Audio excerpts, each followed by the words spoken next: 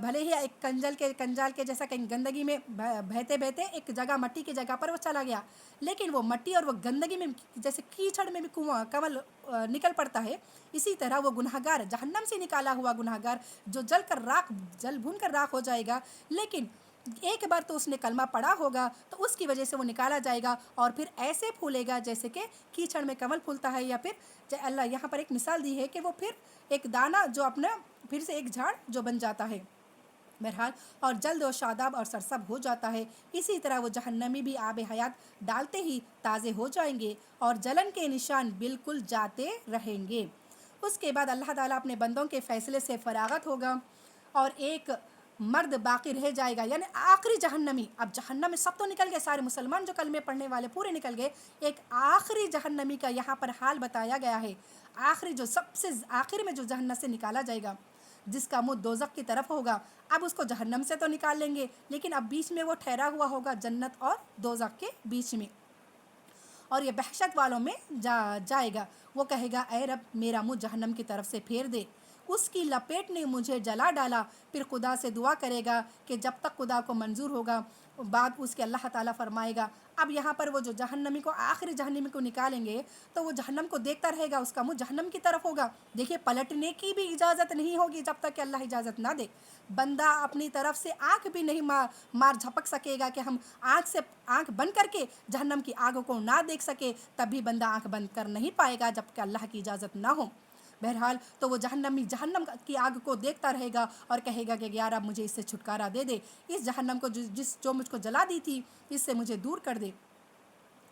اس کے بعد اللہ تعالیٰ فرمائے گا اگر میں تیرا یہ سوال پورا کر دوں تو تو اور سوال کرے گا؟ وہ کہے گا نہیں، میں پھر کچھ سوال نہ کروں گا، اور جیسے خدا کو منظور ہے وہ قول و اقرار کرے گا۔ پھر اللہ تعالیٰ اس کا منہ دوزخ کی طرف سے پھیر دے گا جنت کی طرف۔ جب جنت کی طرف اس کا منہ ہوگا تو وہ چپ رہے گا، یعنی دوزخ سے تو ہٹا لے گا اللہ تعالیٰ، پھر وہ خاموش وہ جنت کو دیکھتا رہے گا۔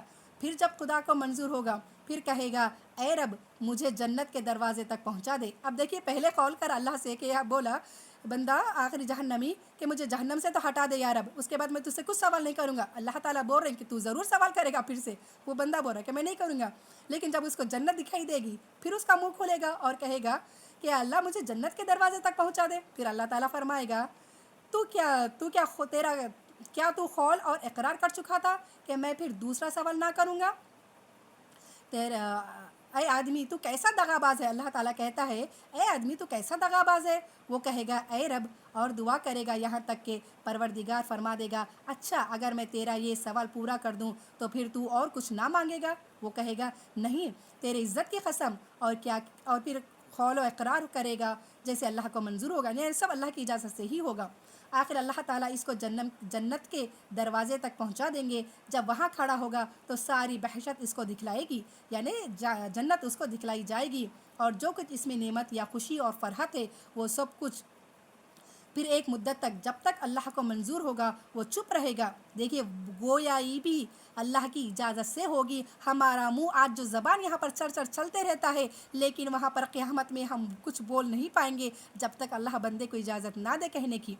سوچئے حشر کے میدان میں اتنے لوگ جب سے دنیا بنی ہے تو قیامت تک کے جو لوگ کھڑے ہوں گے، نہ وہ سوئی جب ناکا سوئی جب زمین پر گرتی ہے تو اس کی آواز بھی سنائی دے گی، ویسا ماحول ہوگا اتنے لوگوں کے باوجود۔ کیونکہ اللہ کسی کو اجازت نہیں دے گا کچھ کہنے کی۔ ایک ایک کا بال سے باریک وہاں حساب کتاب ہوگا، ایک ایک کا رب خود لے گا تاکہ کسی بندے کے ساتھ ناانصافی نہ ہو۔ میں نے پہلے ہی کہا تھا کہ رب بدلہ کیوں لے گا؟ وہ چاہتا تو فرشتوں کو کہہ سکتا تھا، فرشتے چونکہ ہمارے بظاہر اعمال سے واقف ہے لیکن ہماری نیتوں سے واقف نہیں ہے۔ اللہ ہماری نیتوں سے واقف ہے، اللہ ہماری نیتوں کے حساب سے ہم کو اجر دے گا۔ بہرحال اس کے بعد وہ عرض کرے گا اے رب مجھے جنت کے اندر، اب جو کہ اللہ تعالیٰ اس کو جنت تو دکھائی دیں گے، اس کے بعد وہ بندہ کہے گا کہ اے رب مجھے جنت کے اندر داخل کر دے، تو اللہ تعالیٰ کہے گا تو اقرار نہ کیا تھا کہ میں کچھ سوال نہ کروں گا؟ برا ہو تیرا اے آدم کے بیٹے، کیسا مکار ہے تو۔ وہ عرض کرے گا اے میرے رب میں تیری مخلوق میں بد نصیب نہیں ہونے کا